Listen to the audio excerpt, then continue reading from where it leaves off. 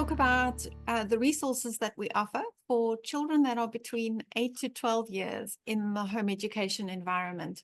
So at this age, children have probably learned to read and write, or they're in the final stages of mastering those, what we call the 3 R's: reading, writing, and arithmetic.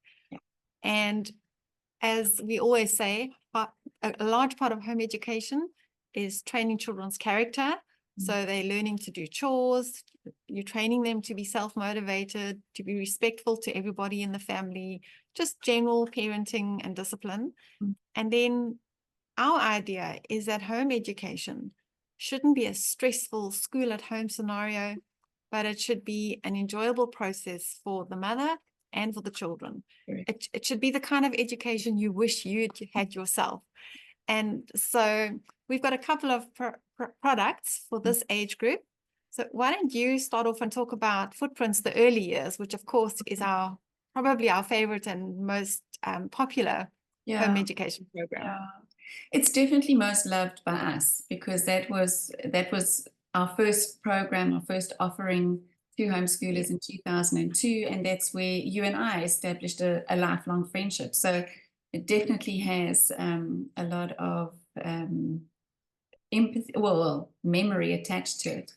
And we redid the program last year and launched it in its new format, Footprints, the early years, and included in it a lot of the things that probably weren't available back in 2002. So it covers the same era of history, the first 400 plus minus years of recorded South African history, using beautiful storybooks. A lot more were published in the latter years, and we've included those. We've shifted the focus a little bit so that it is more inclusive of all the different culture groups in South Africa and the impact on the arrivals of Europeans and, the clash of the indigenous people groups. And so we've included that in it, but it is all navigated by Granny Stella and her twin grandchildren.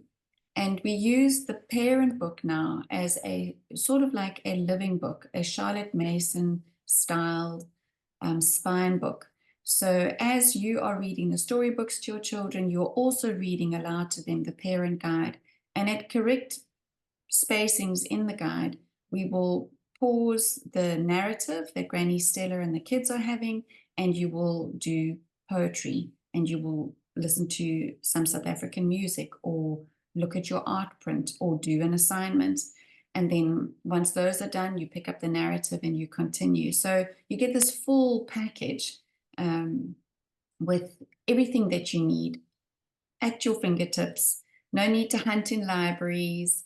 No need to search the internet for relevant art or poetry or music. It's all done for you. And then there's a lovely language program attached to that as well, which is integrated into the books that you're reading, takes your children through a very systematic approach to grammar and writing. So really all you need to do is add some maths to it. We've also got that in Afrikaans called Voetspore. You've just been busy editing and fixing up some of the the oopsies that we had when we launched it. Why don't you chat a little bit about Voetspore? Yeah, so Voetspore was only recently made available in Afrikaans. The principle of the program is the same, but of course the stories are not identical to the English program. Some of them have been translated and they are the same, but in different chapters we had to select other stories, but they are all beautiful Afrikaans historical fiction. The only thing we do not offer to Afrikaans families is the language program that focuses on grammar. But throughout the curriculum, we have assignments and things that children do that do develop language skills.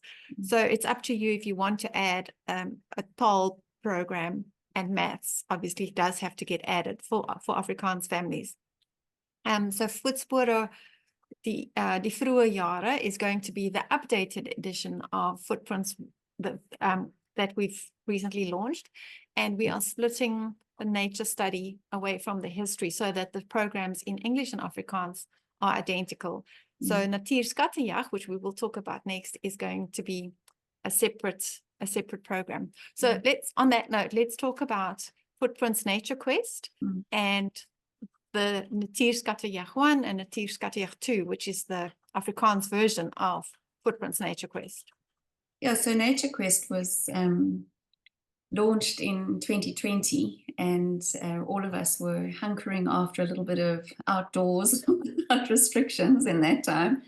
And again, we wanted to help parents fall in love with their country and just acknowledge the beauty of creation and how diverse our land is.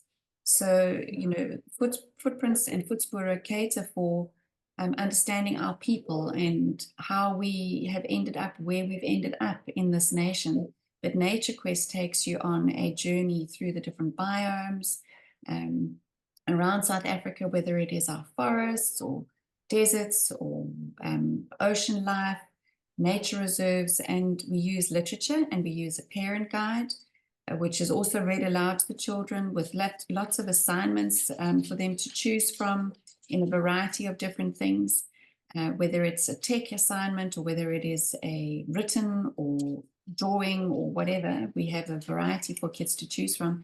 And then right toward the end, we just do 2 chapters on human settlement geography, which is actually very interesting. And then the last chapter is, we kind of look at it as a career guidance. So if children are interested in an environmental career, they can take a look. I think there's about 7 or 8 different jobs in the environmental sector that they go on a little trip with these guys. Is there anything that I think it's important to just actually expand a little bit on that. In every chapter, there's a different guide who takes you and tells you about the area that they specialize in. So we have a marine biologist, for example, who tells you about her work and her studies and her research into the seabirds of South Africa or into the ocean life. In the Karoo, we have somebody who takes you on a little trip in his Land Rover and tells you all about, you know, the trees and the vegetation and the sheep farming, and he's an expert about the Karoo. And so you get to see nature and nature conservation through the eyes of different people who've pursued a career in the science world. And I think that's useful for children because it gives them a different perspective about each scenario. And it also gives it a nice living book feel where, you know, it's somebody who's passionate about their topic telling you about it. So there's that different voice of different people in the different chapters. Yes, yeah, good point. And then is Footprints, Voetspore or Natuur Skattejag, is it exactly the same, and why did we split it in 2? So it covers the exact same biome. So all the factual information has been translated and it's the same.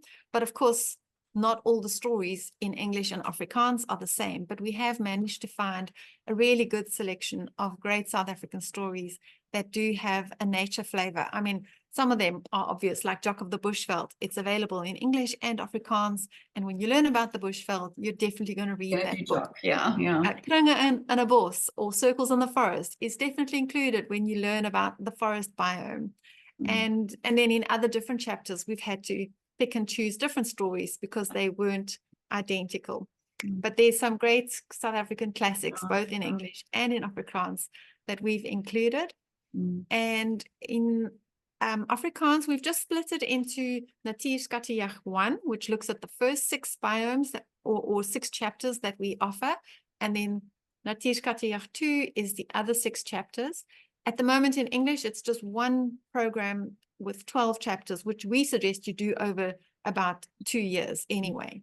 So we just thought it would make purchasing it easier if we broke it into 2 shorter programs in Afrikaans, because then you can buy and pay for one, use it, and then buy and pay for the next one. So that's the only difference, and that's the reason behind that thinking.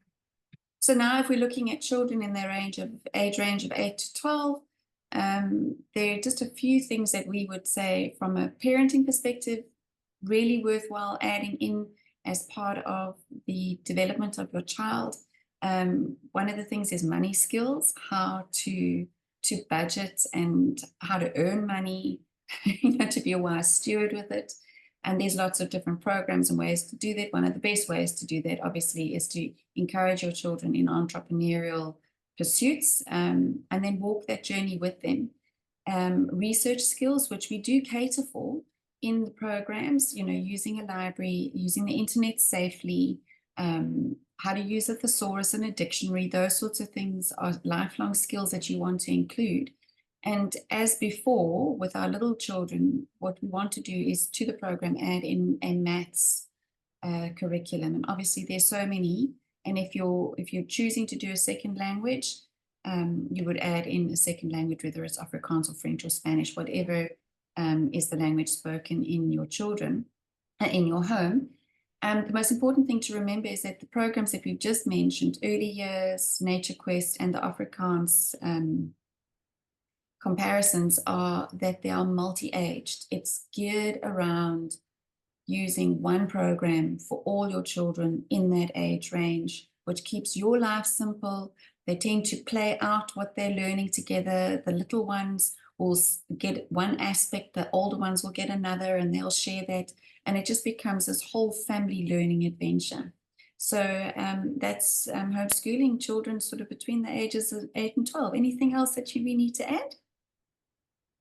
I think it's good to start touch typing at that age too, because in the age that we live in, you can't have kids typing with two fingers like some of us do. Yeah. Not me, but some people. It's a good thing to add. And you can do that free online. And the rest is just keep on keeping on.